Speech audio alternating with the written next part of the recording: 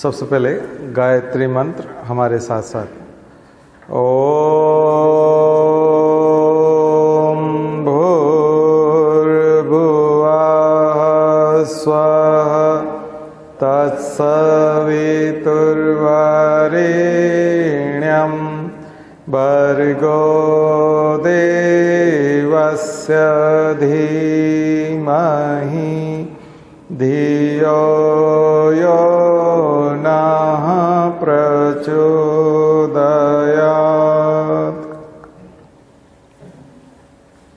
तो सबसे पहले थोड़ी सी YouTube वालों के लिए सूचना है, क्योंकि वीडियो जाता है इन दिनों में जो है बिहार और यूपी और झारखंड, छत्तीसगढ़, मध्य प्रदेश में बहुत ज़्यादा सब्सक्राइबर हमारे बढ़ रहे हैं, तेज़ी से बढ़ रहे हैं, तेज़ी से फैल रहा है। बहुत सारे लोग इसको अपने ग्रुप में वायरल भी कर रहे हैं, अपना डाल रहे हैं सब तरफ, व्हाट्सएप ग्रुप में और सब जगह। तो मेरे सामने एक समस्या ये आ रही है कि मैसेज बहुत आ रहे हैं, फ़ोन भी बहुत आ रहे हैं, फ़ोन अटेंड नहीं कर पा रहे हैं। तो इसलिए मैं थोड़ा सा पहले मैं इसमें बता देना चाहता हूँ, ताकि इतना फ़ोन तो अटेंड नहीं कर पाते हैं। और ना ही ग्रुप में हमने एक ऑटो रिप्लाई बनाया हुआ है। ऑटो रिप्लाई में हमने शुरुआत में ही लिखा है कि निःशुल्क क्लास जो है वो गायत्री शक्तिपीठ पे चलती है वर्ष 2014 से। सैटरडे संडे को इवनिंग में चलती है 6:30 से 8:30। अब ये स्पष्ट शुरुआत, हमने जो रिप्लाई लिखा है उस रिप्लाई की शुरुआत ही हमने इसी से की है। और नीचे जो है फिर हमने अपने पेड क्लास के बारे में बताया हुआ है कि अगर किसी को पेड क्लास लेनी है तो ये वेबसाइट पे जाएं, और वो पेड जो है वो क्लास शुल्क वाली वो हमारे इंस्टीट्यूट पे चलती है। स्टडी मटेरियल नोट्स के बारे में भी बता रखा है कि नोट्स जिनको लेना है वो वेबसाइट पे जा कर के पेमेंट करके नोट्स मंगा सकते हैं। बट कुछ लोग जो है जिनको तैयारी करनी है या नहीं करनी पता नहीं, वो लोग शिकायत ये करते हैं, सबसे पहले वो उलझाते हैं बातों में।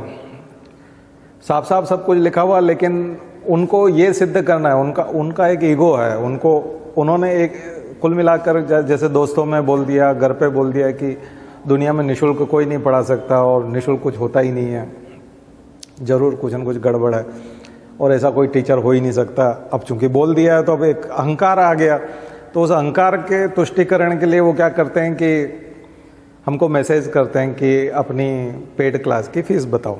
अब फीस बताते हैं तो बोलते हैं आप बेवकूफ़ बना रहे हो, आपने निःशुल्क लिखा है और आप फीस बता रहे हो।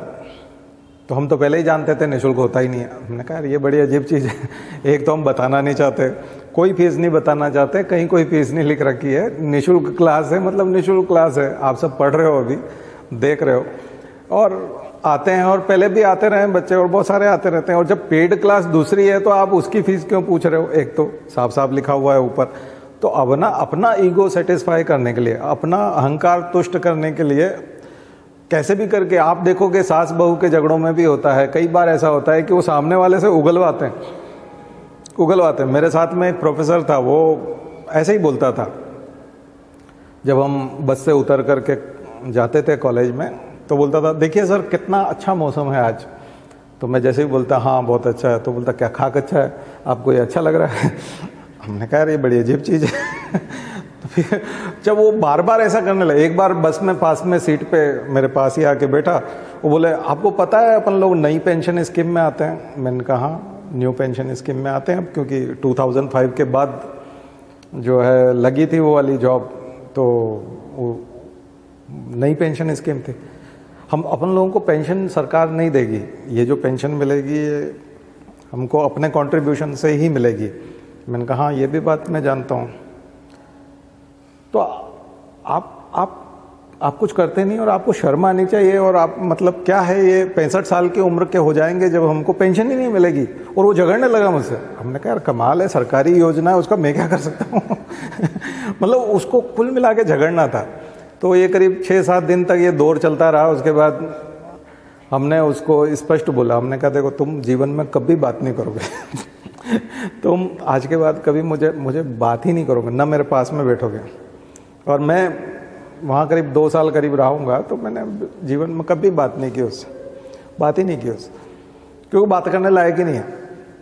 पर सोशल मीडिया पे क्या कर सकते हैं, लोग कमेंट लिखेंगे, निगेटिव भी जाएंगे, मैसेज भी करेंगे, निगेटिव मैसेज भी करेंगे। तो ये मैंने मैसेज उन्हीं लोगों के लिए बताया जो संतुष्ट होना ही नहीं चाहते, ठीक है। तो क्लास चलती है, बहुत अच्छे से चलती है, यहाँ पे भी सबको समझ में आता है, हम बहुत अच्छा समझाते हैं, लेकिन बहुत सारे वीडियो देखना पड़ेंगे आपको। एक आध वीडियो से कोई, मुझे नहीं लगता है कि कोई आईएएस बन सकता है। अगर आपको आईएएस बनना है वाकई में, तो आप वीडियोस में जाइए, सब्जेक्ट वाइज भी देख सकते हैं, एक एक सब्जेक्ट का चयन करके भी आप जा कर के वीडियो देख सकते हैं। और नहीं आप रैंडम देखना चाहते हैं तो पूरा यहाँ से लेके पीछे जाइए और देखते जाइए देखते जाइए देखते जाइए। कुछ 100, 200, 300 वीडियो आप देख लेंगे, क्लियर हो जाएगा आपको। जिस दिन आपने वीडियो देखना शुरू किया था और जब आप 300 वीडियो देख चुके होंगे या 400 वीडियो देख लेंगे, उसमें ज़मीन आसमान का अंतर हो जाएगा आपकी सोच में, सोच पूरी बदल जाएगी और ना ही कोई क्वेश्चन बचेगा आपका। तो ये सूचना खास करके उन लोगों के लिए जो अभी अपरिपक्व हैं, अभी पहली बार जुड़ रहे हैं, क्योंकि बहुत सब्सक्राइबर 10,000 सब्सक्राइबर पिछले 7 दिनों में जुड़े हैं। तो 10,000 सब्सक्राइबर हैं, तो मुझे लगता है कि उनके पास वीडियो भी जाएगा और ये वाला वीडियो सबसे पहले जाएगा। और शुरू के 5 मिनट सब लोग खास करके देखते हैं, इसलिए मैंने शुरुआत इससे की ताकि वो लोग वीडियो देखें और पीछे देखते जाएं। और केवल वीडियो देखने से आप नहीं बनेंगे, उसमें निर्देश दिए हुए हैं, उसमें हर जगह पे आपको होमवर्क मिलेगा। एक होमवर्क दिया हुआ है कि आप ये कर लो, इस काम को करने के लिए क्या क्या कर सकते हैं। स्टडी मटेरियल का कोई प्रचार नहीं है। स्टडी मटेरियल ये है कि मार्केट में बहुत सारा स्टडी मटेरियल है और ऑथेंटिक स्टडी मटेरियल बहुत कम अवेलेबल है, उसमें गड़बड़ बहुत है, गलतियाँ भी बहुत हैं। और हमारा जो स्टडी मटेरियल है उसमें लगभग एक एक पेज के साथ हमारी एक एक रात जुड़ी हुई है। हमने पूरा 10-10 घंटे 15-15 घंटे का समय दिया एक एक पेज बनाने में, तो बहुत मेहनत हुई है उसके साथ। इसलिए अगर आप उस स्टडी मटेरियल के साथ आगे बढ़ेंगे तो हमारी बातचीत भी आपको सीधी सीधी समझ में आएगी, क्योंकि लैंग्वेज भी वो है। तो स्टडी मटेरियल की लैंग्वेज और क्लास की लैंग्वेज मिक्स होती हुई दिखेगी, तो ज़्यादा फास्ट आप तैयारी कर पाएंगे। ये है। बाकी किसी को मान लिया जाए कोई ग्रेजुएशन में पढ़ाई नहीं कर पाया और अब बिल्कुल 21 ईयर एज के आसपास आ गया और पहले कभी पढ़ाई नहीं हुई है और इसी साल उसको क्रॉस करना है, बेस भी मजबूत नहीं है, तो ऐसे में वो पेड क्लास ज्वाइन कर लेता है। तो 4 घंटा डेली क्लास होती है, तो उसमें एकदम से सफलता मिलती है। खास करके ये जो क्लास है, इसमें जो आप साप्ताहिक 2 क्लास होती है और 1.5 घंटे का लगभग समय होता है, तो इसको आपको बहुत सारी क्लासेस देखना पड़ेंगे। केवल 1 साल की क्लास से बात नहीं बनेगी, मतलब आपको लगभग सारी क्लासेस आप देख लेंगे और उसके हिसाब से काम करेंगे तो भी आपका सिलेक्शन हो सकता है। क्योंकि कुल मिला के पढ़ना तो आप ही को है। वहाँ स्पून फीडिंग जैसा हो जाता है, हर चीज़ आपको बना के खिलाई जाती है। यहाँ आपको बनाने की विधि बता देते हैं कि इसको इस तरह से बना लो और खा लो। टेस्ट तो दोनों का एक जैसा आना है। अगर निर्देशों का पालन किया तो वही टेस्ट आना है, ठीक है। निर्देशों का जिस कहा कि 15 मिनट पकाओ तो 15 मिनट पकाना उसको, इसमें ये डालो तो वो डाल देना, तो आ जाएगा रिजल्ट। अगर आपने गड़बड़ की अपनी अकल लगाई तो फिर कुछ दूसरा ही बन जाएगा वो, ठीक है। तो ये अंतर है। वहाँ एक सीधा सीधा पका पकाया मिल जाता है, बस इतना अंतर है। तो वो ऐसा कोई लेना देना नहीं है उसका पेड और फ्री क्लास से, और ना ही इतनी बड़ी संख्या में हमको पेड क्लास में लोगों की ज़रूरत है, ना ही सब्सक्राइबर के तौर पर बहुत ज़्यादा लोगों की ज़रूरत है, या हमको ये हॉल भरना ही है, फ्री वाला भी और हमारा पेड वाला भी, ऐसा कुछ नहीं। लेकिन मैंने एक अनुभव किया है कि जब हम विज्ञापन देते हैं या हम जब अपना प्रचार करते हैं या अपनी बात बताते हैं या अपने स्टूडेंट से कहते हैं कि आप हमारे वीडियोस को लाइक करो, शेयर करो, कमेंट करो, तो जब हम कहते हैं तो बहुत ज़्यादा होता है और बहुत ज़्यादा लाइक भी होता है, बहुत ज़्यादा शेयर भी होता है और वो वायरल भी होता है और सब्सक्राइबर भी बढ़ते हैं और माहौल भी बनता है और भीड़ भी आती है। और जब ज़्यादा भीड़ आती है तो सिलेक्शन होने वाला परसेंटेज भी बढ़ जाता है डेफिनेटली। आज अगर 100 लोग बैठे हों तो 100 में से 3 या 4 सेलेक्ट होंगे, 400 होंगे तो 12-13 लोग सेलेक्ट होंगे, तो बल्क बढ़ जाए आपका, जितना ज़्यादा बड़ी मात्रा में लोग होंगे। अच्छा, इसमें एक अनुभव में एक चीज़ मैं आपके साथ शेयर करना चाहता हूँ कि होता ये है कि या तो आप प्रचार के तौर पर, एडवर्टीजमेंट के तौर पर आक्रामक होते हो और या फिर आप बिल्कुल ही निष्क्रिय होते हो। बीच का नहीं होता, बीच का नहीं होता। जैसे कि ये हॉल भर गया था जब मैंने पिछली बार सूचना पहुंचाई थी देश भर में 1-8 करोड़ लोगों तक, फेसबुक और इंस्टाग्राम तो तब नहीं था, लेकिन फेसबुक और बाद में व्हाट्सएप ग्रुप में वो लिमिटेशन नहीं था, कितना भी लोग शेयर कर सकते थे, तो उस ज़माने में वायरल हुआ था। तो ये हॉल पूरा भर गया था, लास्ट तक बिल्कुल एकदम फुल हो गया था, जगह नहीं थी यहाँ बैठने की। तो वो कंडीशन आ गई थी। उस कंडीशन को देख करके मैंने एक सेचुरेशन मान लिया। मैंने मान लिया कि चूंकि हॉल भर गया है, अब जगह नहीं है, तो अब एक भी रुपया खर्च नहीं करना और अब किसी को नहीं बोलना कि इसको लाइक करो, शेयर करो, क्योंकि फिर हम बिठाएंगे कहाँ, भीड़ आएगी तो बिठाएंगे कहाँ। तो जब हमने बंद कर दिया तो वापस संख्या 50-100 तक हो गई, एकदम से बहुत ही नीचे आ गई संख्या।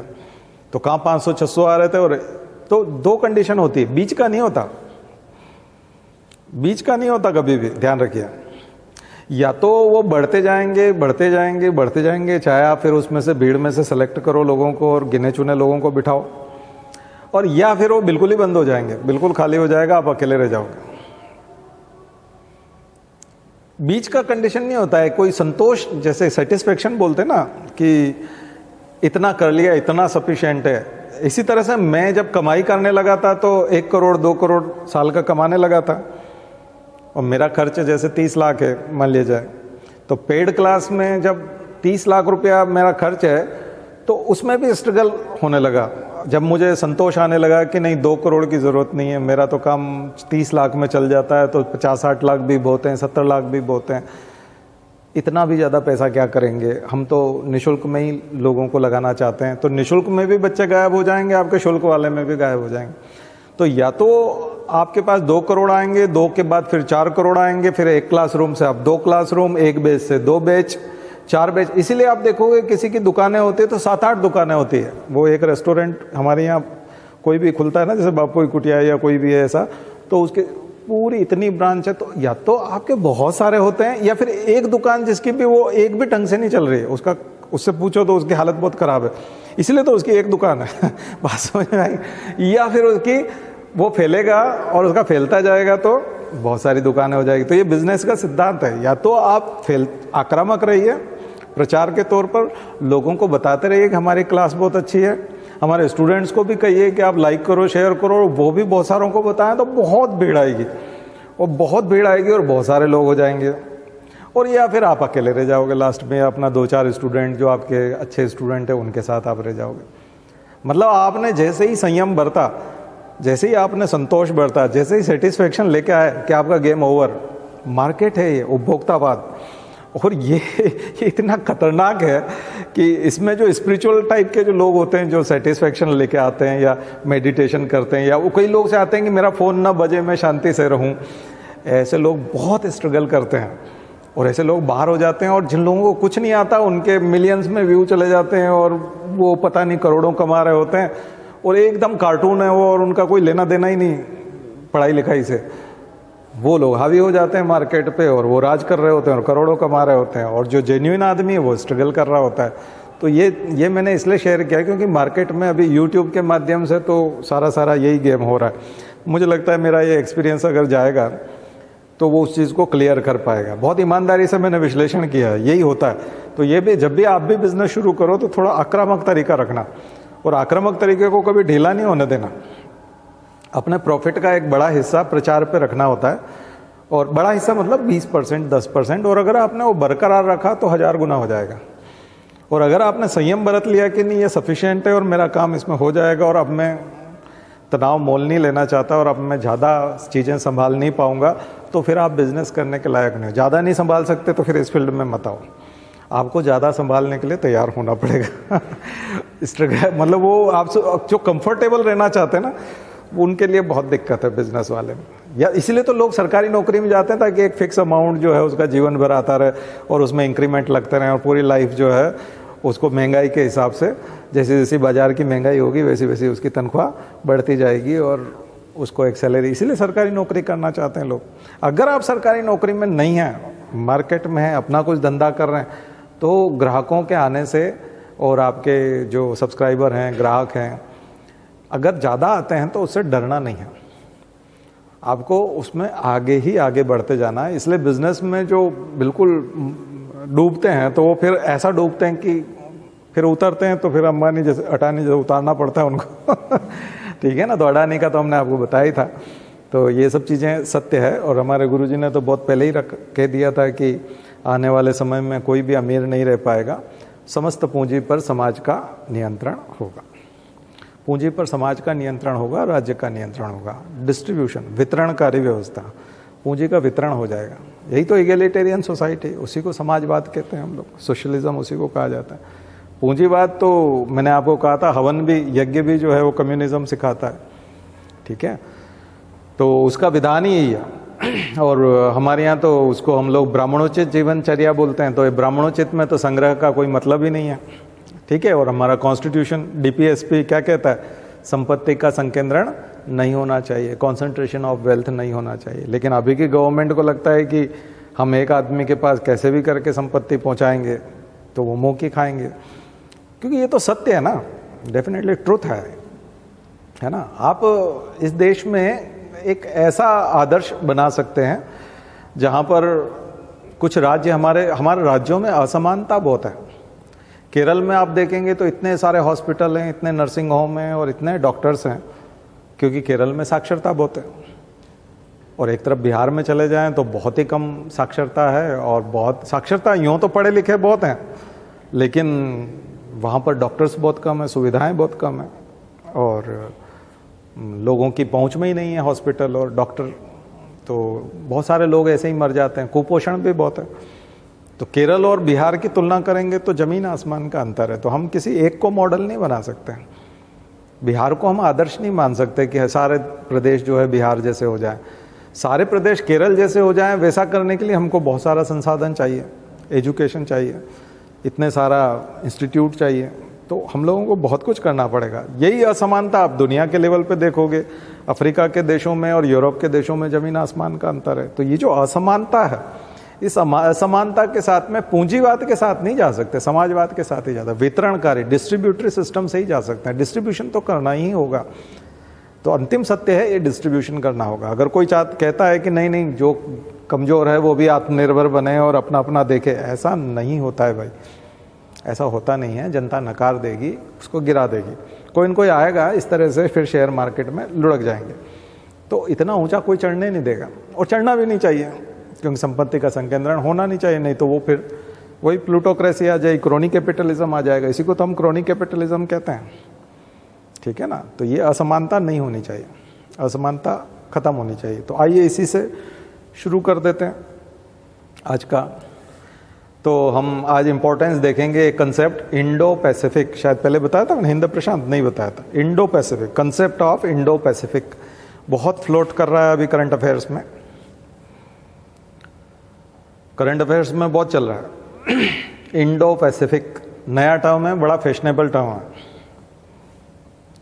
अब इंडो पैसिफिक जो है, हिंद प्रशांत, चाइना को बड़ी चीड़ है इससे, इंडो पैसिफिक से। तो आज का करंट अफेयर्स हम इसी से शुरू करते हैं। चाइना चिढ़ता है क्योंकि इंडो नाम आता है उसका, हिंद प्रशांत। चूंकि हिंद प्रशांत नाम आता है, अमेरिका जानबूझ करके इंडो पैसिफिक बोलता है, यूरोप बोलता है।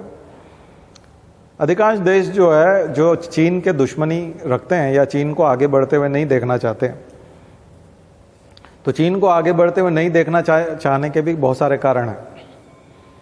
उसके बहुत सारे कारण हैं, वो उसकी चर्चा भी हम आज करेंगे। रिवर्स ग्लोबलाइजेशन, मुझे याद दिलाना अभी कभी चूक जाए तो, लास्ट में रिवर्स ग्लोबलाइजेशन पे जाकर के हम अपना एंड करेंगे।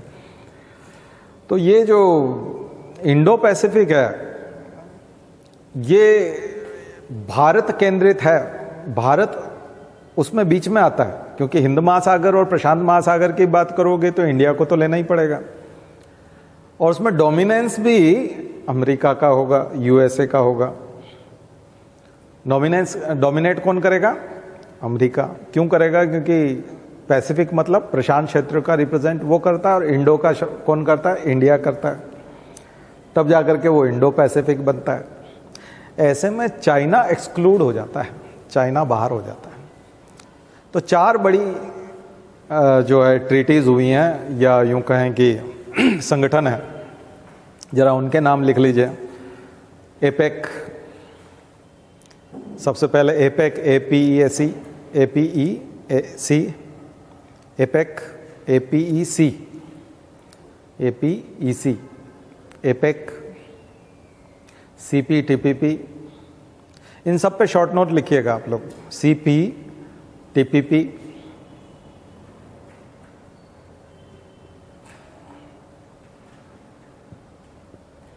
RCEP, RCEP and quad. ये 4 ऐसे अंतर्राष्ट्रीय समझौते हैं, या यूं कहें कि संगठन है या बातचीत है, वार्ताएं हैं, जो इंडो पैसिफिक को डिफाइन करती है। और इंडो पैसिफिक के लिए है, ये किसके लिए है? इंडो पैसिफिक के लिए। और इनमें से 2 में चाइना है,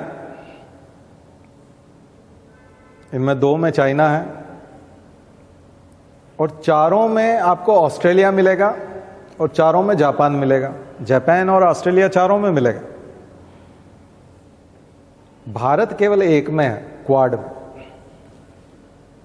ये इकोनॉमिक कोऑपरेशन है, व्यापार समझौते हैं, इंडो पैसिफिक में, हिंद प्रशांत में, लेकिन भारत केवल 1 में है, वो भी क्वाड में है। और क्वाड जो है वो कोई इकोनॉमिक कोऑपरेशन नहीं है, जिसमें 4 हैं, India, Japan, Australia and USA. तो ऑस्ट्रेलिया और जापान तो 4 में मिल जाएंगे। तो ये आपको इस संदर्भ में पढ़ना है, इंपॉर्टेंस ऑफ इंडो पैसिफिक। अब क्वाड तो चाइना के अगेंस्ट ही है, इसलिए चाइना उसमें नहीं है, लेकिन वो एपेक में मिल जाएगा और RCEP में मिल जाएगा। RCEP ज्वाइन करने के लिए जापान ने बहुत कोशिश की, जापान ने बहुत मनाया कि आप RCEP में आइए, लेकिन हमारे यहाँ के इंडस्ट्रियलिस्ट नहीं चाहते थे कि हम RCEP में जाएं, क्योंकि वो चाहते थे कि हमारे इंटरेस्ट बने रहें। क्योंकि RCEP में जाने के बाद में खास करके न्यूजीलैंड के डेयरी प्रोडक्ट्स और वो सब भारत में आ जाएंगे, तो हम अपने प्रोडक्ट्स ठीक से नहीं बेच पाएंगे, क्योंकि हम कॉम्पीट नहीं कर सकते उनसे। तो भारत के उद्योगपति कंपटीशन नहीं चाहते थे, इसलिए वर्तमान सरकार ने RCEP ज्वाइन नहीं किया। ज्वाइन कर लिया था, लेकिन वापस अपने आप को निकाल दिया। TPP जो था, वो जो बनाया था, उससे पहले बराक ओबामा ने, वो ट्रंप ने ख़त्म कर दिया था। बाइडेन जो है CPTPP लेके आए, CPTPP बाइडेन लेके आए हैं, तो ये इसी इंडो पैसिफिक कोऑपरेशन के हिसाब से। लेकिन इंडिया इसमें भी नहीं है, पहले वाले में भी नहीं था, इसमें भी नहीं है, और एपेक में भी नहीं है। तो फिर इंडिया तो है आर्थिक साझेदार के तौर पे तो कहीं पे भी नहीं है। और ये क्वाड में हम हैं। और इंडो पैसिफिक का अगर आप पूरा का पूरा एनालिसिस करें, तो इंडो पैसिफिक में ऑस्ट्रेलिया भी परेशान है चाइना से, क्योंकि वहाँ के इंटरनल पॉलिटिक्स वगैरह में वो इंटरफेयर करता है। तो ऑस्ट्रेलिया परेशान है। म्यांमार, ये जो साउथ चाइना सी है, साउथ चाइना सी के आसपास जितने देश हैं, ये सब परेशान है, क्योंकि साउथ चाइना सी में चाइना डोमिनेट करता है। चाइना ने तमाम फिशिंग एरिया जो है, दुनिया भर का जो फिश फील्ड्स हैं जहाँ पर फिशिंग होती है, वहाँ से उसने ओवर एक्सप्लॉयटेशन कर लिया है, वहाँ से हार्वेस्ट कर लिए फिश। दुनिया भर में उसके फिशिंग फ्लीट्स जाते हैं। तो पूरे दुनिया के देश अपनी मछलियाँ खो रहे हैं, उनकी नावें खाली आती हैं, मैंने आपको पहले पढ़ाया था। श्रीलंका परेशान है, क्योंकि उसके ऊपर बहुत सारा कर्जा चाइना ने दिया और उस पर पूरा बर्बाद हो गया है चाइना। और खुद ताइवान परेशान है, क्योंकि वन चाइना पॉलिसी के चक्कर में वो कभी भी हमला कर सकता है, उसको खतरा रहता है। तभी तो आप देखेंगे कि पूरा पूरा जो क्षेत्र है, यहाँ पर चाइना का दबदबा है, और उसको सबक सिखाने के लिए प्रशांत महासागर की ताकतों से सहयोग लेना जरूरी हो जाता है। तब जाकर के आप साउथ चाइना सी में और इंडो पैसिफिक में उसको काउंटर कर पाते हैं चाइना को।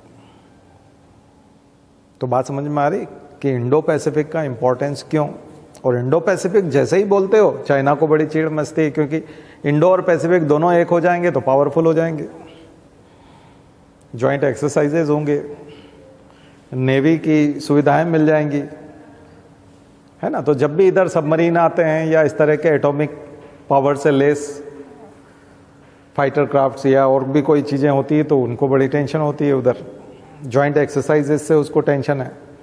और डिप्लोमेसी इसी पे है। तो आप लोगों के लिए एक करंट अफेयर्स के लिए एक बहुत importance of Indo Pacific, what is Indo Pacific और उसका इंपॉर्टेंस क्या है, एक चीज़, फिर उसके कारण क्या है, और फिर एक एक देश का काउंटर, और लास्ट में ये चारों संस्थाओं के बारे में थोड़ा सा एक एक पैराग्राफ लिखिए, और उसमें भारत नहीं है तो क्या नुकसान है और भारत होता तो क्या हो जाता। और क्वाड में तो भारत है लेकिन ये केवल एक नेगोशिएशन है एक तरह का, तो ये तो कोई बहुत ज़्यादा उपलब्धि नहीं है, बट चाइना के ऊपर एक प्रेशर है।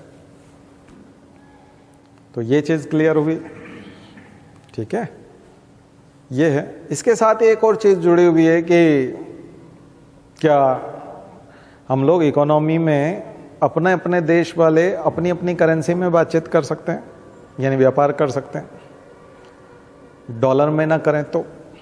लेकिन डॉलर का डोमिनेंस जैसे ही आप हटाते हैं, डॉलर डोमिनेट करता है इकोनॉमी में दुनिया भर में, लेकिन अगर आप उसको हटाते हैं तो दिक्कत आ जाती है। अगर युआन को मानने लग जाएंगे तो चाइना का प्रभुत्व आ जाएगा, यूरो को मानने लग जाएंगे तो यूरोपियन यूनियन आ जाएगा। तो डॉलर को हार्ड करेंसी कहा जाता है। डॉलर को क्या बोलते हैं, American dollar, US dollar hard currency है। तो आखिर हार्ड करेंसी में हम डॉलर पे ही डिपेंड क्यों करते हैं, रुपए पे क्यों नहीं करते। अब मान लीजिए हम रूबल, जैसे रशिया को बैन कर दिया, अभी ये रशिया यूक्रेन क्राइसिस हुआ तो उसके बाद रशिया को बैन किया, और रशिया को बैन करना इसलिए आसान रहा क्योंकि उसके पास डॉलर बहुत थे, और अमेरिका ने अपने डॉलर को बैन किया तो अपने आप रशिया पे बैन लग गया कि हम रशिया के साथ रूबल को बिल्कुल कन्वर्ट नहीं होने देंगे, और रशिया के पास जितना भी डॉलर है उसको हम जीरो करते हैं, तो वो तो कभी भी कर सकता है। रशिया से डॉलर एक्सेप्ट नहीं किए जाएंगे तो इतने में ही बैन लग जाएगा, इतने में ही सैंक्शन हो जाएंगे, प्रतिबंध तो एकदम से लग जाएंगे, बहुत आसान है। तो अमेरिका की करेंसी को यूज़ करना मतलब खतरे से खाली नहीं है। किसी दिन अगर आपकी पॉलिटिकल आइडियोलॉजी उसके साथ नहीं मिले, इकोनॉमिक जो टर्म्स हैं अगर वो आपकी पूरी नहीं हुई, तो किसी भी दिन वो आप पे सैंक्शन लगा सकता है। तो ये बहुत खतरनाक तो है। तो हर कोई अपनी अपनी करेंसी में सोच रहा है। तो जो मित्रता है अमेरिका के साथ वो बड़ी रिस्की है, और हम चाइना को सबक सिखाने के लिए अगर मित्रता कर रहे हैं, और कभी चाइना ने कहा कि मैं G2 बना रहा हूँ, चाइना का प्रपोजल है G2, अमेरिका और चाइना दोनों दोस्त हो जाएं, और किसी दिन दोनों दोस्त हो गए तो फिर हम तो कहीं के नहीं रहेंगे अगर उसने G2 पे हामी भर दी तो। क्योंकि अभी तो दोनों लड़ रहे हैं, ट्रेड वॉर का एक्सटेंशन हो गया। अभी तो अमेरिका ये चाहता है कि वो चाइना को कतई आगे ना बढ़ने दें, वो चाइना को आगे बढ़ते हुए नहीं देखना चाहता, इसलिए वो प्रोटेक्शनिस्ट पॉलिसी लेके आ रहा है। अमेरिका लेके आ रहा है प्रोटेक्शनिस्ट पॉलिसी, संरक्षणकारी प्रावधान, उसकी नीति होगी संरक्षणकारी। प्रोटेक्शनिस्ट पॉलिसी का मतलब ये है कि जैसे आपने आत्मनिर्भर भारत बोला था बहुत पहले, 3-4 साल पहले हमने नाम दिया आत्मनिर्भर भारत, वैसे ही आत्मनिर्भर चाइना, सेल्फ रिलायंस। चाइना बोल रहा है कि हमें भी किसी की ज़रूरत ना हो, वो रिवर्स ग्लोबलाइजेशन पे आ रहा हूँ मैं।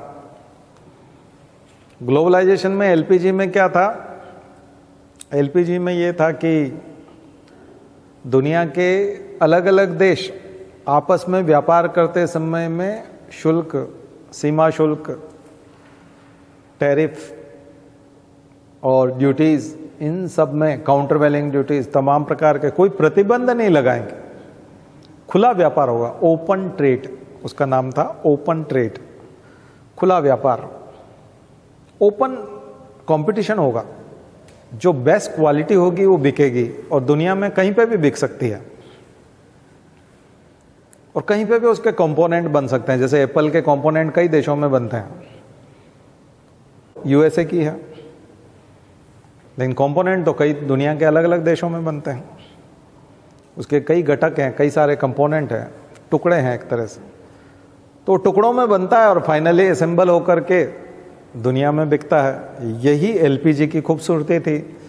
उसी को हमने वैश्विक गांव कहा था, ग्लोबल विलेज, या फिर उसी को वसुधैव कुटुंबकम बोल लो। इकोनॉमी में पूरी वसुधा ही कुटुंब की तरह काम कर रहे थे और सब लोग डिवीजन ऑफ लेबर के तहत अलग अलग काम कर रहे थे, श्रम विभाजन था। लेकिन 1990 से लेकर के 2020 तक तो ये बहुत अच्छा चला, लेकिन 2020 के आसपास आते आते सभी देशों ने कहा बोले सारे काम हम खुद करेंगे। अब सभी काम हमारे खुद के होंगे। इलेक्ट्रिक व्हीकल बनेंगे तो अमेरिका ने अभी बहुत बड़ा $1 ट्रिलियन में जो है पैकेज चिप्स एक्ट और इलेक्ट्रिक व्हीकल एक्ट, यानी ग्रीन एनर्जी वाला। इलेक्ट्रिक व्हीकल में जो बैटरी लगेगी वो अमेरिका में ही बनेगी, बाहर नहीं बनेंगे। और बाहर की बैटरी लानी नहीं है। अगर Hyundai को अमेरिका में अपनी कार बेचनी है तो उसको अमेरिका में ही बैटरी बनानी होगी। चाइना या किसी दूसरे देश से बैटरी बनवा करके 70% से ज़्यादा तो आपको अमेरिका में ही बनानी होगी। और वहाँ के लोगों को उन्होंने सब्सिडी भी देना शुरू कर दिया है। अगर आप अमेरिका में बनी हुई बैटरी की कार खरीदते हो तो आपको इतने % छूट मिलेगी, और बाहर बनी हुई बैटरी की कार खरीदते हो तो ये वाली छूट नहीं मिलेगी। और चिप्स एक्ट में उसने कहा कि प्राइवेट कंपनियां आए और जो सेमीकंडक्टर चिप्स हैं वो सारी की सारी यहीं बनाए, ताइवान से लाने की जरूरत नहीं, यहीं पे बनाओ। हमको डिपेंडेंसी खत्म करनी है, दूसरों पे निर्भर रहना ही नहीं है, यानी आत्मनिर्भर अमेरिका। ट्रंप तो केवल बोलते थे, ये तो करते हैं। बाइडेन तो buy America hire America, Trump ने तो केवल बोला। हमने भी मेक इन इंडिया बोला, आत्मनिर्भर भारत बोला, लेकिन हो नहीं पा रहा। हम तो 98% चाइना पे डिपेंड करते हैं। अब वो चाइना, यहाँ तक कि उसने कहा कि हमारे यहाँ की कोई टेक्नोलॉजी अब चाइना जाएगी नहीं, हम यहाँ जो भी R&D करेंगे। अमेरिका आज इतना बड़ा सुपर पावर बना है तो उसके पीछे 3 बड़े कारण हैं, 3 बहुत बड़े कारण हैं। उसका सबसे बड़ा कारण है दुनिया भर के टैलेंट को उसने इनवाइट किया है, खरीदा है, नौकरी पे रखा है। दुनिया भर से टैलेंट, जितना टैलेंट उसको मिल सकता था उसने अपने यहाँ दुनिया भर के टैलेंट को आमंत्रित किया, अपने यहाँ रखा, परमानेंट नौकरी दी, रेसिडेंस दिया, अच्छी हैंडसम सैलरी दी और उसके लिए वातावरण बनाया। दूसरे नंबर पे उसने R&D में भयंकर इन्वेस्टमेंट किया, रिसर्च एंड डेवलपमेंट में बहुत ज़्यादा इन्वेस्ट किया, अपनी GDP का 4-5% तक। हम लोग 0.7% करते हैं, ऑलरेडी हमारी GDP उससे कई गुना कम है, 10 टाइम्स कम है।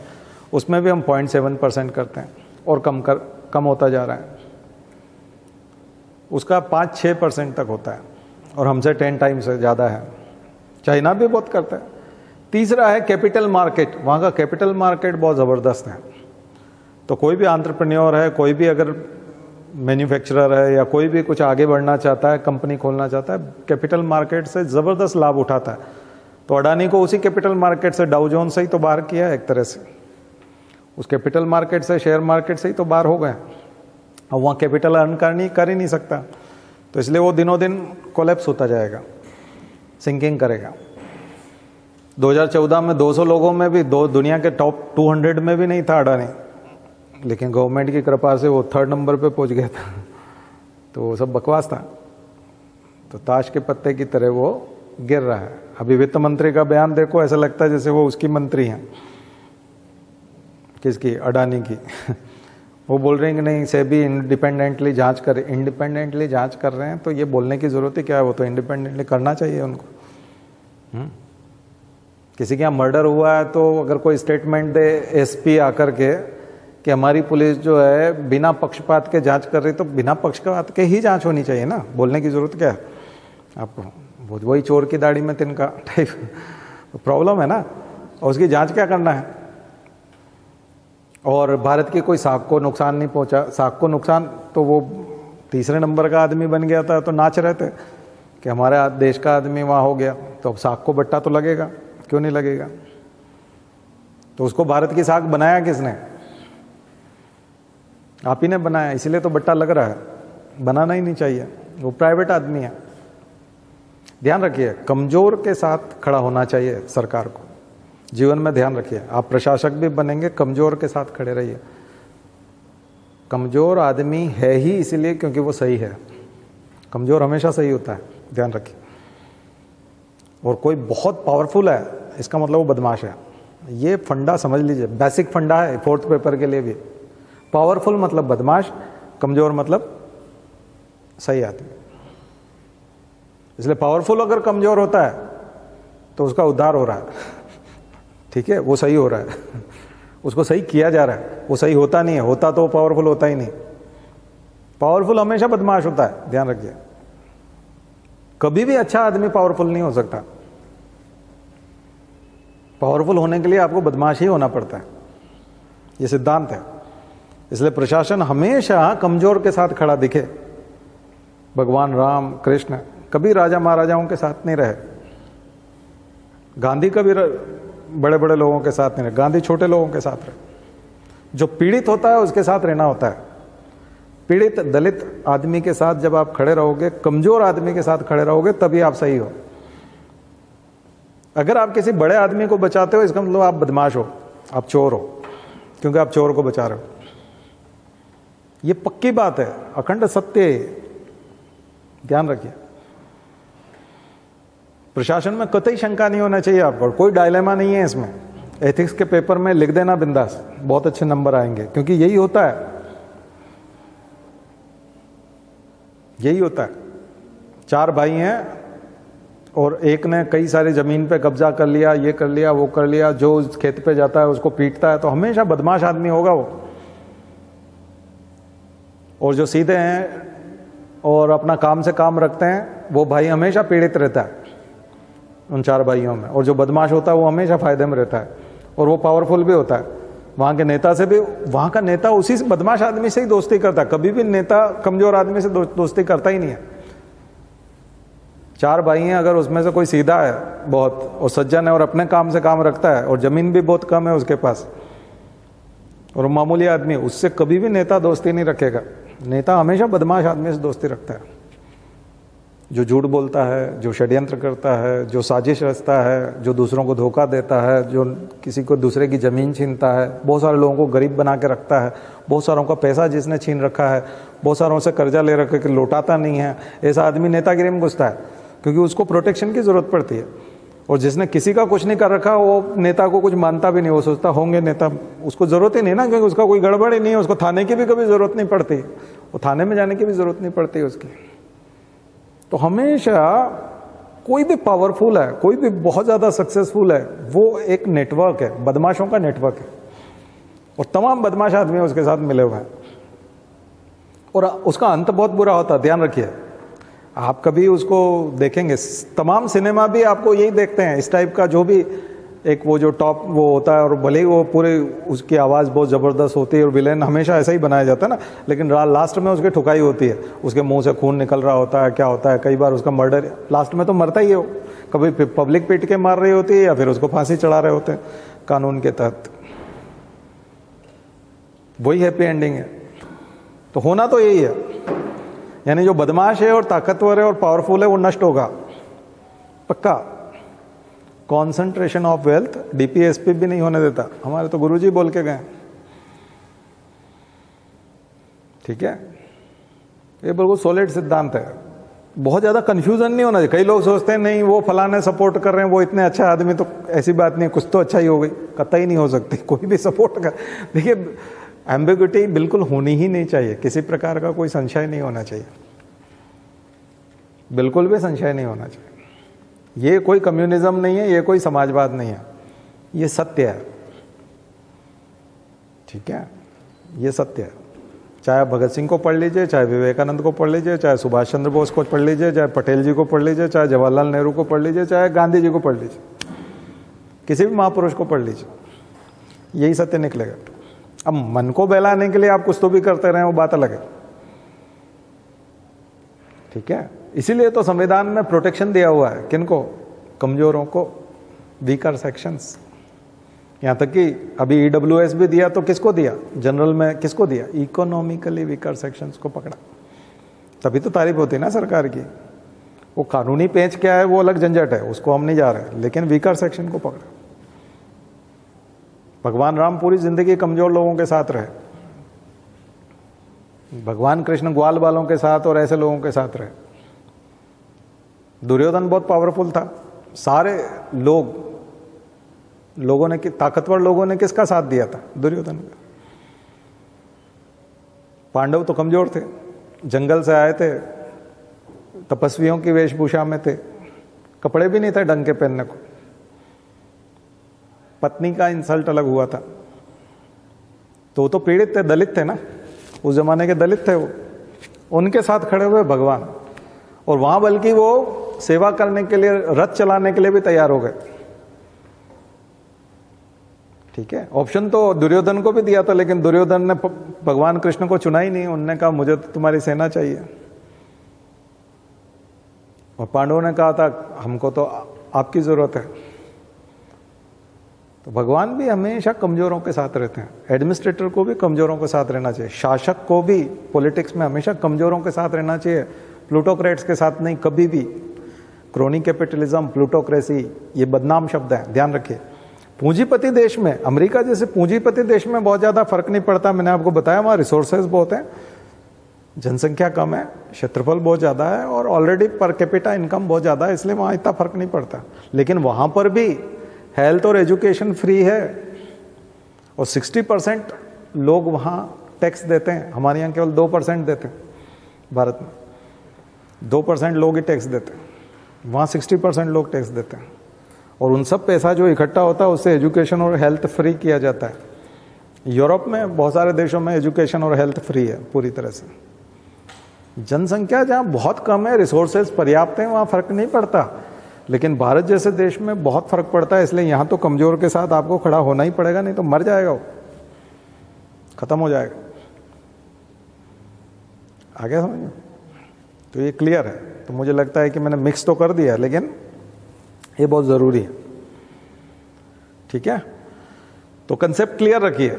और यूपीएससी में तो ऐसे ही लिखना पड़ेगा। अगर आप मन से नहीं भी रखना चाहते अपना कंसेप्ट क्लियर, तो लिखने में तो यही लिखना, नहीं तो फिर बेकार हो जाएगा। क्योंकि फोर्थ पेपर तो यही है और थर्ड भी यही है और सेकंड का पॉलिटी भी यही है और फर्स्ट में जो करंट अफेयर से जुड़ी हुई चीज़ें आएंगी उसमें भी यही है। तो कुल मिला के निबंध भी यही है तो कुल मिला के, और इंटरव्यू में बोलोगे तो भी यही है। इसलिए जो सही है वही है, अपनी मर्जी से कोई अकल नहीं लगाना और कोई कंफ्यूजन भी नहीं रखना। हमेशा झुक जाओ कमजोर की तरफ, बात खत्म। पावरफुल को कोई ज़रूरत ही नहीं है। पावरफुल आदमी जब भी कलेक्टर के ऑफिस में आएगा बदमाशी करने आएगा। शहर का बहुत बड़ा उद्योगपति हो, शहर के बहुत बड़े सेठ जी हो, शहर का कोई भी मजबूत आदमी जब कलेक्टर के ऑफिस में आएगा कुछ ना कुछ छीनने के लिए आएगा, समाज से, समाज को नुकसान पहुंचाने के लिए आएगा, जहर घोलने के लिए आएगा, समस्या खड़ी करने के लिए आएगा। कमज़ोर आदमी अपना अधिकार मांगने आएगा, अपना हिस्सा मांगने आएगा और वो बहुत साधारण सी चीज़ चाहता है, न्याय मांगने के लिए आता है। वो न्याय मांगने नहीं आता क्योंकि वो उसके साथ तो अन्याय हुआ ही नहीं ना, तभी तो वो इतना पावरफुल है। और पावरफुल के साथ क्या न्याय होगा, ठीक है। तो कलेक्टर की पोस्ट वाले को बहुत ध्यान रखना होता है। आपको कलेक्टर बनने के बाद जन कल्याण के सिवा आपका और कोई दूसरा उद्देश्य नहीं होता। ये पोस्ट ही इसलिए उसको बोलते हैं पब्लिक सर्विस, लोक सेवा। लोक सेवा का मतलब ही है। तो कंसेप्ट बिल्कुल क्लियर होना चाहिए, किसी भी प्रकार का कोई डाउट नहीं होना चाहिए, ठीक है। अब आपके सारे उत्तर इसी ट्रैक पे जाएंगे। तो बात कर रहे थे हम लोग, क्या कर रहे थे, यूएस की, है ना। यूएस जो जिस तरह का, तो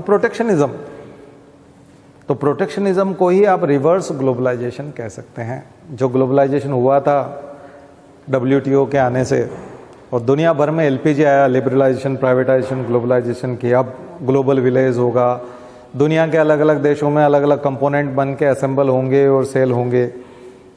और मुनाफे का भी एक तरह से डिस्ट्रीब्यूशन होगा, क्योंकि चीज़ें सस्ती हो जाएंगी। चीज़ें सस्ती हुई ही इसीलिए थी क्योंकि कोई क्या बना रहा था, कोई क्या बना रहा था। तो रॉ मटेरियल जहाँ है वहीं पर मैन्युफैक्चरिंग भी होने लगी थी, जहाँ लेबर अवेलेबल है वहीं मैन्युफैक्चरिंग होने लगी थी, पावर जहाँ सस्ती है वहीं मैन्युफैक्चरिंग होने लगी थी। और ऑफिस चाहे न्यूयॉर्क में रहे, लेकिन अब जब सारी चीज़ें न्यूयॉर्क में बनेंगी या अमेरिका में बनने लग जाएंगी, ठीक है, ऐसे ही सारी चीज़ें जब चाइना में, चाइना की ज़रूरतें जब चाइना पूरी करेगा, इंडिया की ज़रूरतें इंडिया पूरी करेगा, और भी दूसरे देशों की ज़रूरतें सब अपना अपना देश पूरे करेंगे, तो चीज़ें महंगी हो जाएंगी, तो दुनिया में गरीबी बढ़ेगी। क्योंकि चीज़ें सस्ती कैसे हो सकती हैं? जहाँ लेबर नहीं है वहाँ आप लेबर करवाओगे तो महंगी लेबर मिलेगी, एनर्जी नहीं है वहाँ एनर्जी यूज़ करोगे तो महंगी मिलेगी, जहाँ रॉ मटेरियल नहीं है वहाँ रॉ मटेरियल लेकर के आओगे और फिर काम चलाओगे तो बहुत महंगा मिलेगा। इसलिए इंडोनेशिया ने अभी निकल और वो सब जो अपना, तो बहुत सारे देशों ने अपना यहाँ जो मिनरल्स और माइनिंग होती है वो अपने देश के लिए शुरू कर दिए, बाहर भेजना मना कर दिया है।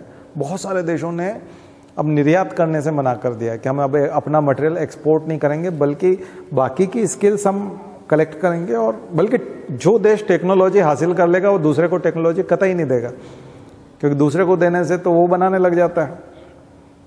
तो चाइना का बायकॉट करने के चक्कर में ये, लेकिन चाइना इस चीज़ को जानता है, इसलिए वो, क्योंकि उसका इतना इंफ्रास्ट्रक्चर बेकार हो जाएगा। और चाइना +1 जो हम लोग सोचते हैं कि चाइना से अगर कंपनियां निकल करके जाएगी तो इंडिया की तरफ आएगी, बट वो वियतनाम चली गई।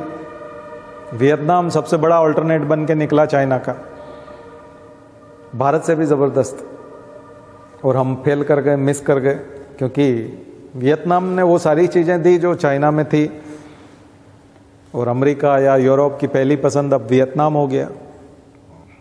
वो हमको हासिल करना था लेकिन हम नहीं कर पाए, तो चाइना +1 में वो चला गया।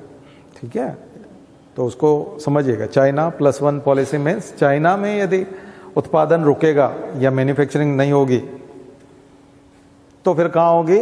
दूसरे किसी देश में होगी। तो चाइना +1, तो कौन होगा वो +1? क्योंकि सप्लाई चेन डिसरप्शन, एक इसके ऊपर शॉर्ट नोट लिखिएगा, supply chain disruption. Supply chain अवरुद्ध हुआ था अभी पेंडेमिक में, तो ये सप्लाई चेन अवरुद्ध हुआ था, तो सारे देशों को एक चीज़ समझ में आई कि किसी एक देश पर निर्भर नहीं करना, +1 होना चाहिए। लेकिन अब तो सब आत्मनिर्भर होने की बात करने लगे। और फिर आपने ग्लोबलाइजेशन जो पिछले 30 सालों में किया, और उसके फायदे जो दुनिया भर ने उठाए, जिससे कि एक ग्रोथ देखने को मिली थी, दुनिया भर में विकास देखने को मिला था, वो अब जाता हुआ नजर आ रहा है। और अब दुनिया में चीज़ें महंगी होंगी, कॉस्ट बढ़ जाएगी, लागत बढ़ जाएगी, उसको बनाने की कॉस्ट बहुत ज़्यादा बढ़ जाएगी, तो बिकेगी भी वो महंगा बिकेगा फिर वो, तो फिर उससे गरीबी बढ़ेगी। गरीबी इसलिए बढ़ेगी क्योंकि जो पावरफुल कंट्री है वही बनाएंगे और वही बेचेंगे और महंगा बेचेंगे, तो जो गरीब देश हैं वो इंपोर्ट करेंगे, खरीदेंगे, और चूंकि पहले वो खुद भी कुछ बना रहे थे और कंट्रीब्यूट कर रहे थे तो उनको सैलरी भी मिल रही थी, वो सैलरी भी बंद हो गई, और जो आयात करेंगे वो भी महंगा हो जाएगा, तो खरीदना महंगा हो जाएगा, और पहले जो सैलरी मिल रही थी वो बंद हो जाएगा, माइनिंग कर रहे थे वो बंद हो जाएगी। बात समझ में आई ना? तो एक बिल्कुल नई दुनिया बनने जा रही है। ये सारे जितनी भी मैं बातें बता रहा हूँ, ये सब अगले 10 सालों में आप दुनिया में होता हुआ देखोगे।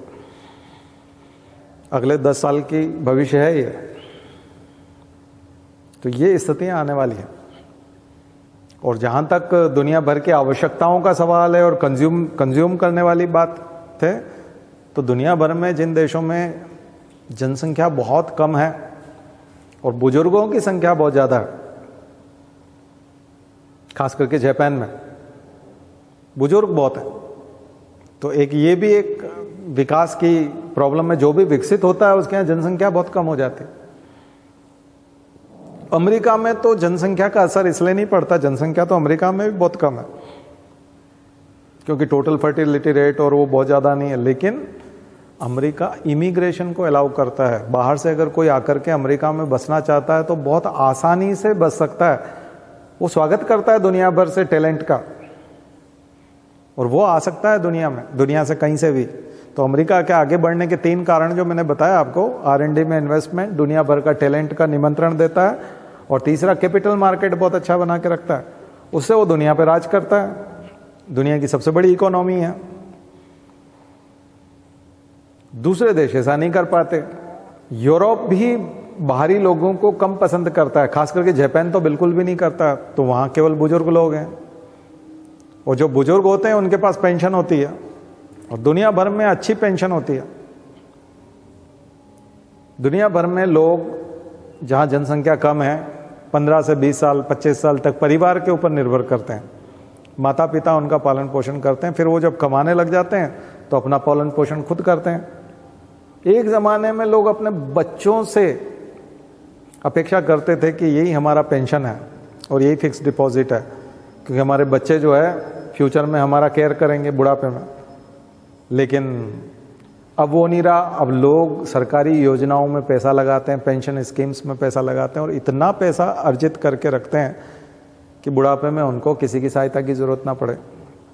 तो दुनिया भर में विकसित देशों में बुजुर्गों ने इतना पैसा अर्जित करके रखा हुआ और बैंकों में जमा करके रखा हुआ है। इसीलिए तो जापान आपको हर योजना में, भारत में मेट्रो चलेगी तो जापान कर्जा दे देगा, भारत में बुलेट ट्रेन के लिए जापान कर्जा दे देगा। जापान ये कर्जा देता क्यों है? क्योंकि उसके बैंकों में बुजुर्गों का पैसा बढ़ा हुआ है।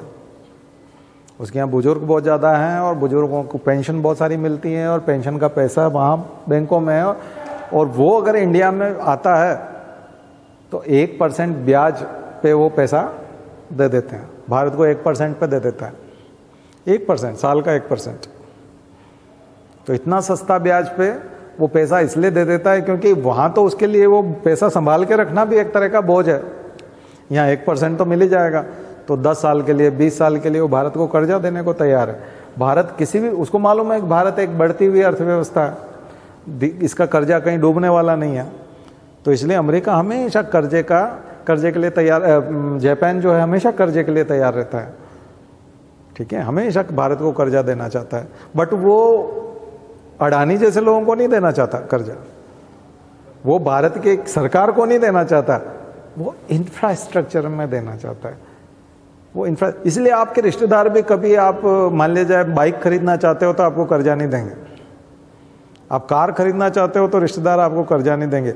लेकिन आप नई दुकान डालना चाहते हो और कोई काम शुरू करना चाहते हो तो पैसा दे देंगे, रिश्तेदार पैसा दे देते हैं, मामा जी दे देते हैं, मौसा जी दे देते हैं। उनको मालूम है कि ये काम शुरू कर रहा है, मतलब ये काम करने वाला है, और काम करेगा मतलब कमाएगा तो ये मुझे भी दे देगा और ये खुद भी कुछ करेगा। तो कंस्ट्रक्टिव वर्क के लिए, इंफ्रास्ट्रक्चर के लिए हमेशा दुनिया में कर्जा उपलब्ध है, वर्ल्ड बैंक भी दे देगा। लेकिन पाकिस्तान कर्जा मांग रहा है, अभी IMF से बोल रहा है ना कि हमको कर्जा बहुत बेकार शर्तों पे मिला। तो आप खाने पीने के लिए, लोगों के पास आटा नहीं है, खाना नहीं है, दवाई नहीं है, इसके लिए कंज्यूम करने के लिए जब भी आप कर्जा मांगोगे तब दिक्कत है, क्योंकि कंजम्पशन के बाद तो कुछ बचता नहीं ना, क्योंकि पूंजी तो क्रिएट नहीं होती, पैसा तो नहीं बढ़ता, सैलरी तो नहीं आती, पूंजी का निर्माण नहीं होता। लेकिन इंफ्रास्ट्रक्चर में जब इन्वेस्ट करते हो, जब आप मेट्रो चलाओगे तो कमाई होगी, जब आप बुलेट ट्रेन चलाओगे तो कमाई होगी, आप अपने यहाँ DMIC बनाओगे, दिल्ली मुंबई इंडस्ट्रियल कॉरिडोर बनाओगे तो यहाँ फास्ट ट्रांसपोर्ट होगा, दोनों तरफ इंडस्ट्रीज लगेगी, उसके लिए जापान पैसा दे देगा। तो रिश्तेदार वैसे ही समझदार देश, बुजुर्ग देश और विकसित देश ऐसे लोगों को कर्जा देते हैं जो सॉलिड काम करते हैं। कुछ बात समझ में, कर्जे की समस्या समझ में आ गई? ठीक है, ऐश करने के लिए नहीं, विदेश यात्रा के लिए नहीं, गाड़ी खरीद, क्यों कार खरीदने के लिए, इसलिए कई लोग मकान खरीदने के लिए कर्जा दे देते हैं। मकान खरीदने के लिए एकदम से दे देते हैं, कार खरीदने के लिए नहीं देते, क्योंकि कार जो 12 लाख रुपए की है वो 6 लाख की हो जाएगी शोरूम से बाहर आते ही। और 12 लाख में यदि आपने मकान में इन्वेस्ट किया, किसी फ्लैट वगैरह में, तो वो धीरे धीरे 24 लाख का हो जाएगा। कुछ सालों बाद वो 24 लाख का हो जाएगा और कार की कीमत 3 लाख नहीं बचेगी, उसकी 4 गुना कम हो जाएगी कार की। 12 लाख की कार 3 लाख की, और वो 24 लाख का हो जाएगा मकान। बात समझ में आई ना? लेकिन विकसित देशों में प्रॉपर्टी की कीमत कभी नहीं बढ़ेगी। वैसे ही अब विकासशील देशों में भी प्रॉपर्टी की कीमत नहीं बढ़ेगी, क्योंकि एक साथ जब मकान बन जाते हैं, एक बार जापान में अब जो रोड बन गया तो दोबारा रोड थोड़ी बना सकते आप, लोग तो है नहीं, तो जनसंख्या जब कम होती जाती है, जैसे जैसे आप विकसित होते जाते हो, वैसे वैसे इंफ्रास्ट्रक्चर की लागत भी कम होती जाती है, वैसे वैसे जो है मकानों की भी ज़रूरत नहीं पड़ती, क्योंकि लोग जो बुजुर्ग मरेंगे उसकी जगह उनको मकान तैयार मिलेंगे, नए बच्चों को, नए परिवार भी बहुत कम बन रहे हैं, टोटल फर्टिलिटी रेट कम हो गई है। तो विकसित देशों की और इनकी तुलना जो है आप इस तरह से कर सकते हो, खास करके बुजुर्गों की बात है। इसलिए पेंशन एक बहुत बड़ा कारण है इन्वेस्टमेंट का, और लोग इन्वेस्ट करते ही हैं पेंशन में, क्योंकि अब बच्चों पे भरोसा नहीं रहा, भारत में भी नहीं रहा। मैं तो जिस मोहल्ले में रहता हूँ, जहाँ पे भी आसपास जहाँ देखता हूँ जितनी भी जगहों पर, वहाँ आसपास अधिकांश घरों में माता पिता बूढ़े हैं और वो अकेले हैं, बूढ़े और अकेले माता पिता हैं। उनके सबके बच्चे ऑस्ट्रेलिया में, अमेरिका में, यूरोप में कहीं न कहीं हैं, लंदन में, वो अकेले हैं यहाँ पर। बहुत बड़ा मकान है लेकिन वो अकेले हैं। उनके यहाँ जो केयर टेकर है, चौकीदार है, वो और उसकी फैमिली रहती है। पूरे मकान में उन्हीं के बच्चे दौड़ते रहते हैं, पूरे मकान को वही इंजॉय करते हैं। वो तो दोनों जो बूढ़े बुढ़िया जो रहते हैं वो किसी एक कमरे में रहते हैं और थोड़ा बहुत कभी कभी बाहर आते हैं। बाकी वो जो नौकर होता है उनका, बस वही घूमता रहता है पूरे घर में, वही बंद करता है, वही लॉक करता है, वो उनका केयर भी करता है, सामान भी कुछ ला के देता है बाजार से। उनके बच्चे सब विदेशों में। तो भारत में तो अब बड़े बड़े शहरों में सब मकान खाली होते जा रहे हैं, बच्चे हैं नहीं। तो अब ऐसे में अगर पेंशन ना हो और बच्चे फ़ोन भी ना करें, तो आपने तो ऐसी कहानियाँ सुनी थी ना अभी लॉकडाउन में भी, कि आए थे तो कंकाल पड़ा हुआ था, कंकाल हो गया था, माँ जो है वो कंकाल हो गई, बच्चे को पता ही नहीं है।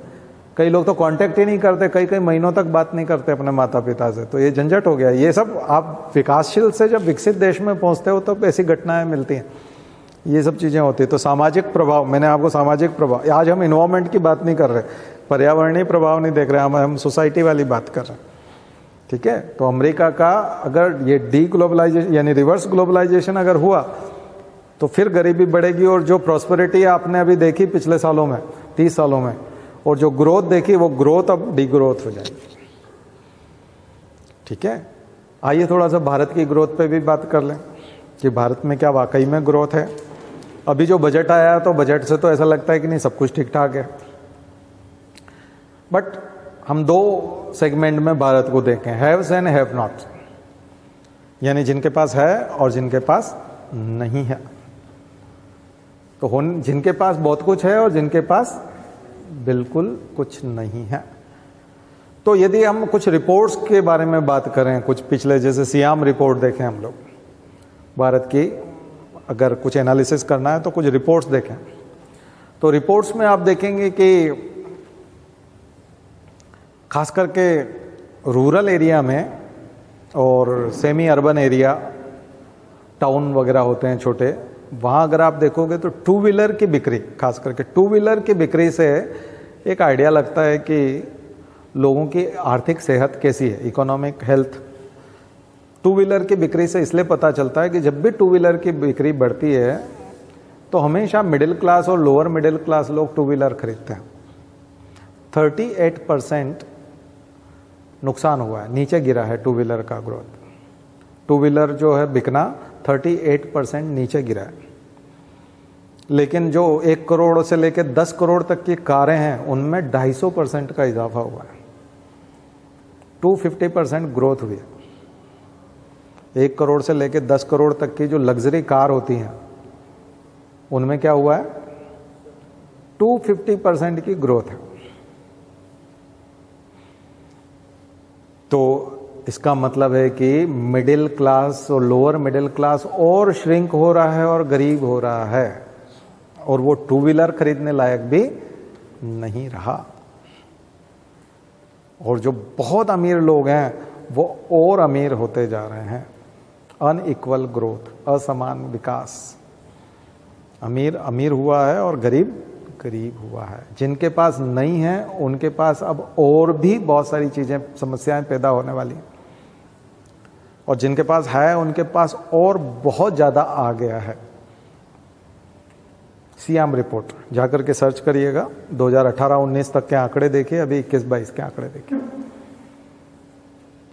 अंबानी इसी का एग्जाम्पल थे। अंबानी 2014 में 200 लोगों में नहीं थे, और 2022 में अभी तीसरे।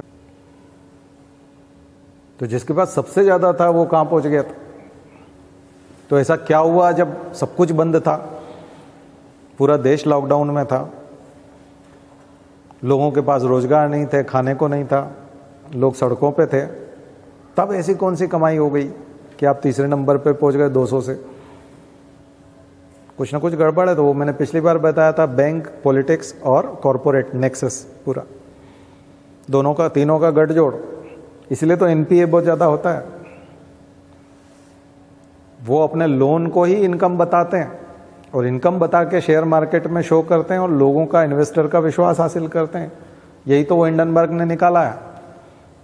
हिंडनबर्ग ने यही निकाला है कि ये घोटाला है, स्कैम है, क्योंकि ये शेयर मार्केट में जिन लोगों को लुभा रहे हैं कि हमारे शेयर खरीदो क्योंकि हमारी इनकम इतनी है, वाकई में इनकी इनकम नहीं है, वो बैंक का लोन है।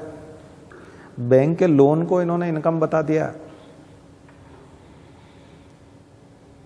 बैंक के लोन को आपने इनकम बता दिया अपनी, बल्कि सरकार ने जो आपको छूट दी, आपने कुछ लोन ले रखा है और आपका लोन माफ कर दिया, उसको भी आपने इनकम बता दिया, उसको भी इनकम बता दिया। और इनकम बता करके आपने कंपनी को प्रॉफिट में बता दिया और अपनी रैंक बढ़वा ली। तो दुनिया भर में जब रेटिंग एजेंसीज और रैंकिंग करने वाले लोगों ने और इंडाइसेस वालों ने उसको ऊपर बता दिया कि ये तो सबसे परफेक्ट कंपनी है, सबसे फास्ट ग्रोइंग है, तो दुनिया भर के इन्वेस्टर्स ललचाए कि इतना फास्ट ग्रोथ हो रहा है, मतलब हमारा पैसा भी कई गुना हो जाएगा, चलो लगाओ। और जब बहुत सारा लोगों ने पैसा लगा दिया तो आपने अपनी बड़ी मोटी सैलरी निकाल ली। पहले आप हो सकता है रोज का 1 करोड़ रुपया सैलरी लेते हो, अब आपने 5 करोड़ डेली कर लिया अपना सैलरी। और जब आपने 5 करोड़ डेली कर लिया तो आप दुनिया के तीसरे नंबर के रईस हो गए पर्सनली, यानी खुद की संपत्ति के मामले में, जबकि वो आपको इतनी सैलरी निकालने का हक ही नहीं है, क्योंकि वाकई में आपकी इनकम थोड़ी बड़ी थी, वो तो बैंक का लोन था, वो तो अभी चुकाना है। तो सारे इन्वेस्टर्स को जब ये पता चला कि ये एक स्कैम है, ये फर्जीवाड़ा है, तो उन्होंने अपना पैसा निकाल लिया, बोले यहाँ तो कुछ भी ग्रो नहीं होना है। तो वो शेयरों की कीमत आधी रह गई, आधी से भी कम, 60% गिर गई। अब क्या किया आपने कि वो जो पैसा था पहले, एक तो अपनी सैलरी निकाल करके विदेशों में जगह जगह पर मकान खरीद लिए, 30-40 देशों में बड़े बड़े मकान खरीद लिए, और इतने बड़े मकान की महल जैसे वहाँ के राजा महाराजाओं के पास भी नहीं है, वहाँ के राष्ट्रपति के पास भी नहीं, इतने बड़े मकान ले लिए। और वो इसलिए ले लिए कि किसी दिन सब कुछ कोलैप्स हो जाएगा तो हम तो उस देश में रह लेंगे, एक देश का मकान बेच के दूसरे देश में अपने आप जिंदगी चल जाएगी और सारे बच्चों की चल जाएगी। वो खरीद लिए। तीसरा एक काम आपने किया कि जो पैसे बचे थे उनके आपने बहुत बड़े बड़े, अहमदाबाद में, मुंबई में, दिल्ली में, सब जगह कॉरपोरेट ऑफिस बना दिए, बहुत भयंकर, बहुत बड़े बड़े ऑफिस बना दिए। और इतने बड़े ऑफिस बना दिए आलीशान, अब वो बैंक में गिर हुई हैं ऑफिस, और बैंक सोचता है कि इतने करोड़ का ऑफिस है, लेकिन बैंक के किसी दिन मान लीजिए वो कोलैप्स हुआ और उसके कागज बैंक के पास हैं और वो बैंक ने अपने पास रख भी लिया और अंदर से सब कर्मचारियों को भगा भी दिया, तो इतने बड़े ऑफिस का वो बैंक क्या करेगा? उसका तो एक हॉल में ही काम हो जाता है बैंक का। तो और उस ऑफिस को वो उतने करोड़ में बेच पाएगा क्या जितनी उसकी कीमत लगाई गई है? क्योंकि उस ऑफिस को खरीदेगा कौन? उसके लिए तो तीसरे नंबर का रईस होना पड़ता है ना दुनिया के, तभी तो आप उस ऑफिस को खरीद पाओगे। तो बिकेगा क्या? तो कुल मिला के सब कुछ कोलैप्स है। और ऐसा बैंक जब डूबेगा तो उसको ठीक करने की जिम्मेदारी एसबीआई की होगी। एसबीआई उसको गोद ले। एसबीआई को क्यों गोद लेना पड़ेगा? क्योंकि कभी भी रिजर्व बैंक नहीं चाहता कि मार्केट में ऐसा माहौल बने कि बैंक में से ट्रस्ट चला जाए। किसी एक बैंक से यदि ट्रस्ट चला गया तो उस बैंक के बाहर बहुत सारी लाइन लग जाएगी। रिजर्व बैंक अभी सेबी निगाह रखा हुआ है। गवर्नमेंट, वित्त मंत्री को क्यों बयान देना पड़ा? वित्त मंत्री को इसलिए बयान देना पड़ा कि कहीं कल सुबह उठ करके जिन जिन बैंकों ने अडानी को लोन दिया था उन बैंकों के सामने कहीं लाइन ना लग जाए सुबह 10 बजे से कि हमारा पैसा वापस दो, हमारा जो 10 करोड़ जमा है दे दो, 5 करोड़ जमा है वो दे दो, 5 लाख जमा है वो दे दो। और जब सारे लोग एक साथ पैसा मांगने लग जाएंगे तो वो तो अडानी को दे रखा है, उसके पास है थोड़ी पैसा देने को। और एक बैंक से अगर ये रूमर उड़ेगी तो दूसरे बैंक में जाएगी, तो इसी को बोलेंगे बैंक रन। बैंक रन हो जाएगा। बैंक रन हो जाएगा मतलब बैंक डूब गया। तो फिर तो पूरे देश में अफरा तफरी मच जाएगी। इसलिए तो रिजर्व बैंक को बीच में आना पड़ा, इसलिए वित्त मंत्री आई हैं, इसलिए सेबी को बीच में लाए और इन्वेस्टर्स को विश्वास दिलाया। तो जैसे तैसे वो थोड़ा बहुत अभी टेम्परेरी संभला है, लेकिन अल्टीमेटली वो कोलैप्स होना है। और सबसे बड़ी चीज़ है कि ये पूरा कोलैप्स जो है ये स्टेट स्पॉन्सर्ड है, क्योंकि प्राइम मिनिस्टर उसको साथ में रख करके घूम रहे थे और पर्सनली अटेस्ट है, और विपक्ष एक साथ चिल्ला रहा था कि ये चोर है और ये चौकीदार है। ठीक है, तो पंगा ये है कि वो सही सिद्ध हो जाएंगे तो सुप्रीम कोर्ट, हो सकता है किसी दिन सुप्रीम कोर्ट बीच में आकर के बचाव करे, लेकिन वो करेगा नहीं क्योंकि अभी उन दोनों की बन नहीं रही। तो ये बहुत ही बड़ा स्कैम है ये, हर्षद मेहता से भी बड़ा। वो छोटा था, ये बहुत बड़ी मछली है। वो तो इंडिया के टॉप 3 में भी नहीं था, ये तो वर्ल्ड के टॉप 3 में पहुंचा हुआ है। समझ में आया ना। और जितना भी कुछ कोलैप्स होगा, जितना भी कुछ कोलैप्स होगा, वो उस पैसे से ठीक किया जाएगा जिससे स्कूल बनने थे, जिससे हॉस्पिटल बनने थे, जिससे फ्लाईओवर बनने थे, जिससे एयरपोर्ट ठीक होने थे, जिससे आपकी स्वास्थ्य सेवाएं, दवाइयाँ फ्री मिलनी थी, जिससे बच्चों को किताबें फ्री मिलनी थी। उन सब चीज़ों में कटौती होकर के एक आदमी के अय्याशी के साधन जुटाए जाएंगे। आया समझ? ठीक तो हो जाएगा, कोलैप्स कुछ नहीं होगा, लेकिन उसको बचाने के लिए वो वाले रिसोर्सेज ठोक दिए जाएंगे जो जनता के टैक्स से इकट्ठे किए गए। पूरे देश के 140 करोड़ लोगों की सुविधाएं, एमिनिटीज का ध्यान रखने के लिए जो रिसोर्सेज इकट्ठे किए गए थे, पूरा गणित समझ में आ गया होगा आपको। ये है, आप कहोगे नहीं डूबेगा थोड़ी, सरकार है, SBI को डूबने नहीं देगी, LIC को डूबने नहीं देगी, ऐसी बात नहीं है। डूबने तो नहीं देगी, लेकिन वो भी क्षतिपूर्ति जो भी की जाएगी, जो भी कंपनसेशन दिया जाएगा, वो किसके हिस्से में से दिया जाएगा। मान ले जाए 24 बीघा जमीन है, 24 एकड़ जमीन है, 4 भाई हैं, ठीक है, और 6-6 एकड़ जमीन सभी को मिलनी चाहिए। एक भाई ने जुआ खेला, शराब पिया, क्लब में गया, आवारागर्दी की और रोज पैसे उड़ाए, और नौबत यह आई कि आपको 6 एकड़ जमीन बेचनी पड़ गई या 8 एकड़ जमीन बेचनी पड़ गई। अब 8 एकड़ जमीन बेचनी पड़ गई तो ठीक है, पिताजी उसको जेल नहीं जाने देंगे, पिताजी उसकी पिटाई नहीं होने देंगे, जिन भी लोगों से उसने कर्जा लिया है उस कर्जे को भी चुका देंगे। पिताजी हैं, प्रेम है, सबसे छोटा बेटा है, लाड़का बेटा है। और ऐसा कई घरों में ये घटनाएं होती है। ये जो मैं बता रहा हूँ ये घर घर की कहानी है। आपके रिश्तेदारों में एकाध एग्जाम्पल ऐसा मिल जाएगा। लेकिन अब टोटल जो जमीन बचेगी वो 16 एकड़ बचेगी, और उसमें से 4 भाइयों का बंटवारा होगा। तो पहले जो 6-6 एकड़ एक भाई को मिलनी थी, अब कितनी मिलेगी? 4-4 एकड़ मिलेगी। आप कहोगे चलो 4 तो है, तो फिर ठीक है, अन्याय तो कुछ हुआ नहीं है। ये है तो अडानी पालने का ये खामियाजा होता है, क्योंकि उसको पूरी दुनिया में मकान बनाना है, उसको दुनिया में सबसे टॉप पे पहुंचना है। नहीं तो भारत के दूसरे लोगों को तो किसी को ये कीड़ा नहीं काटा कि हमको दुनिया में टॉप 3 में जाना है। और उसके लिए तो सरकार मरी नहीं पड़ी है। यहाँ के युवा बेरोजगारों के लिए तो कोई चिंता नहीं है, एक आदमी के लिए क्यों। और वो सम्मान का प्रश्न कैसे हो गया भारत का, और वो भारत कैसे हो गया एक आदमी, वो कोई भारत नहीं है। इसलिए मैंने कहा ताकतवर आदमी हमेशा बदमाश है, चोर है और भ्रष्ट है, ठीक है। उसको इंग्लिश में प्लूटोक्रेट बोलते हैं, ठीक है। और कौन सी बोलते हैं? प्लूटोक्रेट बताया। और कौन सी पॉलिटिक्स बताई? क्रोनी कैपिटलिज्म, इसी को कहा जाता है, क्रोनी कैपिटलिज्म और प्लूटोक्रेसी। डेमोक्रेसी नहीं, प्लूटोक्रेसी, अमीर आदमी के द्वारा संचालित राजनीति। आ गया समझ में? बहुत क्लियर कंसेप्ट है। बट ये है कि कुछ लोग जो है अपने कुछ न कुछ हित उसमें देखते हैं और वो सोचते हैं कि नहीं नहीं ठीक ही है। तो मैंने तो बहुत ही अच्छे से, ये कोई समाजवाद और कम्युनिज्म का लेक्चर नहीं है, रियल है, ठीक है। और ये नेक्सस के ऊपर आप ढेरों आर्टिकल देख सकते हो। तो क्या क्या देखा हमने? तो इंडिया की हेल्थ भी हमने देख ली कि कोई ठीक ठाक नहीं है, बुरी हालत है। रोजगार की हालत बहुत ख़राब है, एम्प्लॉयमेंट नहीं है, और गरीबी बहुत ज़्यादा है।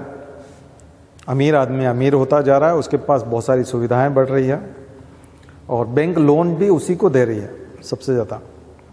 और एजुकेशन बहुत ज़्यादा पिछड़ी हुई है। अभी भी हमने कोई ब्रिज कोर्स और वो सब, यानी कि कोविड में जो 2-3 साल स्कूल बंद रहे और जो बच्चे पिछड़ गए, उनके लिए हमने किसी प्रकार का कोई कोर्स शुरू नहीं किया है, जबकि उनके लिए और एडवांस कोर्स कुछ न कुछ होना चाहिए थे, ताकि वो उन दिनों की कमी को ठीक। भारत सरकार ने ऐसा भी कोई कुछ नहीं किया। तो ये बहुत नुकसानदायक चीज़ें हैं।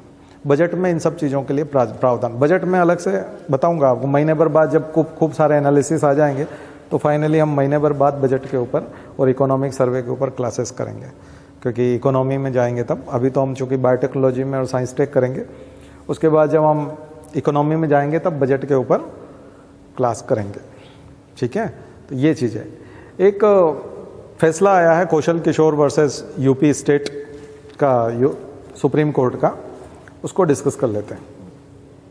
Kaushal Kishore versus UP state का जो फैसला आया है, उसमें सुप्रीम कोर्ट ने कहा है कि दरअसल लोग याचिका लेके गए थे सुप्रीम कोर्ट में कि अगर मंत्री लोग अगर गलत बयानबाजी करें, फ्रीडम ऑफ स्पीच की बात जब आती है, आर्टिकल 19 की बात आती है अभिव्यक्ति की स्वतंत्रता की, लेकिन मंत्री लोग यदि गलत बयानबाजी करें तो उनको ज़्यादा जिम्मेदार माना जाना चाहिए आम आदमी से भी, क्योंकि वो बहुत सारे लोगों को प्रभावित करते हैं, मंत्री खास करके मिनिस्टर्स, क्योंकि मिनिस्टर्स बहुत ऊंचा पोस्ट होता है, बड़ा पोस्ट होता है और उनको बहुत सारे लोग फॉलो करते हैं। अगर वो नफरत फैलाने वाली कोई बात करते हैं तो बहुत सारे लोगों में गुस्सा फैलता है और नफरत फैलती है, हिंसा फैलती है। तो ऐसे लोगों की जो है जिम्मेदारी ज़्यादा बनती है। तो आम आदमी को जैसे 6 महीने की सज़ा हो रही है तो उसको 6 साल की होनी चाहिए, लेकिन सुप्रीम कोर्ट ने कहा नहीं, ऐसा कुछ नहीं है। मिनिस्टर के भी वही अधिकार होंगे जो आम आदमी के हैं, क्योंकि मिनिस्टर भी एक आम सिटीज़न है, मिनिस्टर भी इस देश का नागरिक है, इसलिए उसकी अभिव्यक्ति की स्वतंत्रता है। तो फिर सुप्रीम कोर्ट ने बहुत सारी चीज़ें की।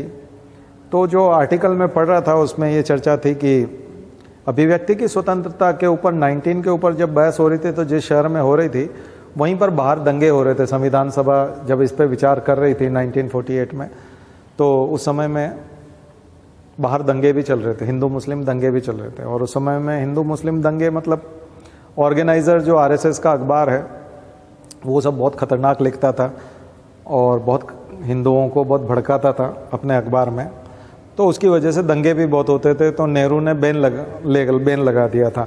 बाद में सुप्रीम कोर्ट ने वो बैन हटा दिया था कि नहीं, ऑर्गेनाइज़र जो भी कहता है उसे कहने का हक है, लेकिन नेहरू ने बैन इसलिए लगवाया था कि उसकी वजह से हिंसा फैल रही है। तो ऑर्गेनाइज़र को अधिकार था कि वो अपनी बात कह सकता है, तो फ्रीडम ऑफ स्पीच क्या ये इस तरह चला। तो बाद में उन्होंने 1950 में ही एक संविधान संशोधन किया नेहरू ने, और उसमें जोड़ा गया कि अगर पब्लिक ऑर्डर डिस्टर्ब होता है, लोक शांति यानी कि लॉ एंड ऑर्डर, कानून व्यवस्था अगर गड़बड़ाती है, तो ऐसे में अभिव्यक्ति की स्वतंत्रता नहीं होगी। पहले सुप्रीम कोर्ट ने इसलिए फैसला दे दिया था आरएसएस के ऑर्गेनाइजर के फेवर में, क्योंकि पब्लिक ऑर्डर उस समय संविधान के 1901 वाले में रिजनेबल रेस्ट्रिक्शन में नहीं दिया हुआ था। अब रिजनेबल रेस्ट्रिक्शन में ये भी जोड़ दिया गया।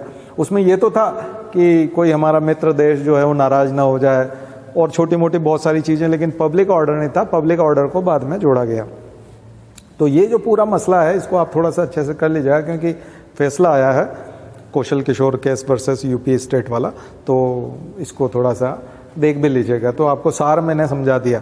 तो उसका क्यों हम चर्चा कर रहे हैं? चर्चा इसलिए कर रहे हैं क्योंकि भारत में अभिव्यक्ति की स्वतंत्रता, फ्रीडम ऑफ एक्सप्रेशन डिसाइड कैसे होता है, कैसे तय होता है कि ये फ्रीडम ऑफ एक्सप्रेशन है। तो उसमें वो बता रहे हैं कि इसकी डेफिनेशन रेस्ट्रिक्शन से तय होती है।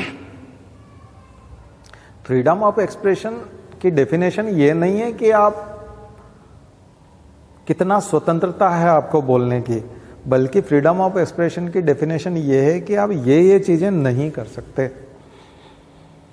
मनाही है। बात समझ में आई ना? अगर उनमें से कुछ बच जाए तो फिर आप बोल सकते हैं। ठीक है, मतलब जैसे आपको घर से बाहर निकलने की अनुमति है, आप बाहर घूम फिर सकते हैं, लेकिन अगर ये हो कि नहीं आपको बुर्का पहनना पड़ेगा, आपके पाँव नहीं दिखने चाहिए, आप कहीं किसी से बातचीत नहीं करोगे, आप बाहर जाओगे तब आपके हाथ में ये होना चाहिए, आप बाहर जाओगे तब ऐसा व्यवहार होना चाहिए, आप सीधा सीधा चलोगे और वहाँ जा कर के और फिर वहाँ 5 मिनट रुक करके और फिर आ जाओगे, ये तो सारे रेस्ट्रिक्शन है। तो फिर बाहर जाने की स्वतंत्रता कहाँ होगी? बात समझ में आई ना? तो फिर बोलने की अभिव्यक्ति की स्वतंत्रता में उसका राइटर मजे ले रहे हैं कि दरअसल बोलने की अभिव्यक्ति की स्वतंत्रता इस बात से तय होती है कि आपको क्या क्या नहीं करना। डेफिनेशन उस चीज़ की है कि क्या क्या नहीं करना, यही स्वतंत्रता है। तो वो बिल्कुल एक तरह की मतलब विडंबना है। खैर, लेकिन उन्होंने एक और चीज़ कही, सुप्रीम कोर्ट ने कहा कि किसी भी मंत्री को अधिकार है कि वो किसी भी नागरिक के विरुद्ध भी कोई बयान दे सकता है, उसको कोई प्रतिबंध नहीं है, ये अभिव्यक्ति की स्वतंत्रता का हिस्सा है। तो चुटकी ली, आर्टिकल लिखने वालों ने चुटकी ली कि क्या ऐसा भी हो सकता है कि कोई नागरिक किसी मंत्री के अगेंस्ट अगर कुछ बोले तब भी कोर्ट इतना ही इसी टाइप का फैसला देगा उस नागरिक के फेवर में, कि उस नागरिक को पूरा अधिकार है कि वो उस मंत्री के बारे में कुछ भी बोल दे? तब कोर्ट ऐसा तो नहीं कि मंत्री का फेवर कर लेगा, मतलब जितना लिबरल वो अभी उस मंत्री के लिए है, क्योंकि वो मंत्री को नागरिक मान करके लिबरल हो रहा है कि मंत्री चाहे जिम्मेदार पद पर है लेकिन वाकई में वो एक नागरिक है और नागरिक को ये अधिकार है कि वो किसी भी नागरिक के विरुद्ध बोल सकता है। तो क्या किसी दिन नागरिक ने अगर मंत्री के खिलाफ बोला तो कहीं ऐसा तो नहीं कि आप उसको मंत्री मान लोगे नागरिक के बजाय और कहोगे मंत्री के खिलाफ नहीं बोल सकता? ये एक बहुत बड़ा कटाक्ष है सुप्रीम कोर्ट के ऊपर। ठीक है, तो इस चीज़ को समझिएगा। तो ये छोटी छोटी चीज़ें हैं जो आपको, पॉलिटी इतना सीधा सीधा नहीं है जैसा आपको दिखता है, इसलिए एक एक अधिकार के बारे में डीप में एनालिसिस करिएगा। एक एक केस के मामले में उसकी व्याख्याएं बदलती है, इतना आसान नहीं होता। तो मैंने थोड़ा सा पॉलिटी का फ्लेवर भी आपको करंट अफेयर्स में दिया, बाकी तो जनरल है। तो ठीक है, चलिए शांति पाठ। ओम द्यौ शांति अंतरिक्षग्वं शांति पृथ्वी शांतिराप शांतिरौषधयः शांति वनस्पतयः शांतिर्विश्वे देवा शांतिर्ब्रह्म शांति सर्वगं शांति शांतिरेव शांति सामा शांतिरेधि। ओम शांति शांति शांति सर्वारिष्टासु शांतिर्भवतु। बोले गायत्री माता की, परम पूज्य गुरुदेव की, परम वंदनीया माता जी की। हम सुधरेंगे, हम बदलेंगे, एक बनेंगे। जन्म जहाँ पर, अन्न जहाँ का, ज्ञान जहाँ से, वह है प्यारा। देश की रक्षा कौन करेगा? मानव मात्र, नर और नारी, जाति वंश सब, भारत माता की, भारतीय संस्कृति की